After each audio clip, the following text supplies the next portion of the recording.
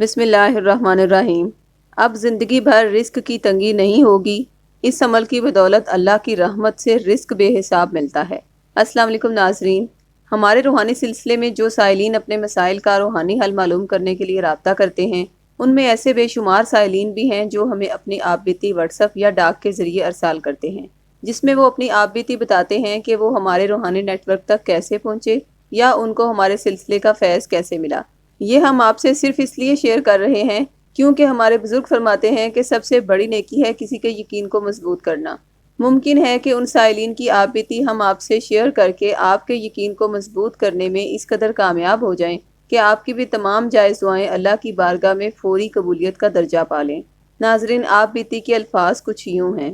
فدا حسین ایک بہت غریب آدمی تھا جس کے پاس 3 بچے تھے، جن میں 2 بیٹیاں اور 1 بیٹا تھا۔ وہ مزدوری کرتا تھا۔ اس نے شہر میں کرائے پر مکان لے رکھا تھا۔ کرایہ کافی زیادہ تھا اور آمدنی کم تھی۔ ان کا گزر بسر بہت مشکل سے ہو رہا تھا۔ وہ رکشہ چلانا جانتا تھا۔ اس کی خواہش تھی کہ وہ اپنا رکشہ لے، لیکن اس کے پاس اتنے پیسے نہیں تھے کہ وہ نیا رکشہ لے سکے۔ ایک دفعہ وہ مستریوں کے پیچھے مزدوری کرنے گیا۔ جس مستری کے پیچھے مزدوری کر رہا تھا وہ اللہ کا نیک بندہ تھا۔ باتوں ہی باتوں میں اس غریب آدمی نے مستری کے سامنے اپنی خواہش ظاہر کی، ساتھ ہی یہ بتایا کہ وہ اتنی سکت نہیں رکھتا کہ اپنا رکشہ خرید سکے اور اپنے بچوں کا مستقبل بہتر بنا سکے۔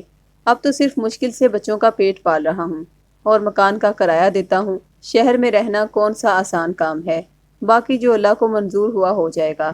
یہ بات سن کر مستری نے اسے تسلی دی اور کہا کہ تمہارے لیے کل کچھ ایسا لاؤں گا جس سے تمہاری زندگی بدل جائے گی۔ الحمدللہ، مجھے بھی اللہ پاک نے اس کی برکت سے بہت نوازا ہے۔ وہ غریب آدمی ساری رات انتظار کرتا رہا اور بہت بے چین تھا کہ آخر کون سی چیز ہے جو اس کی زندگی بدل دے گی۔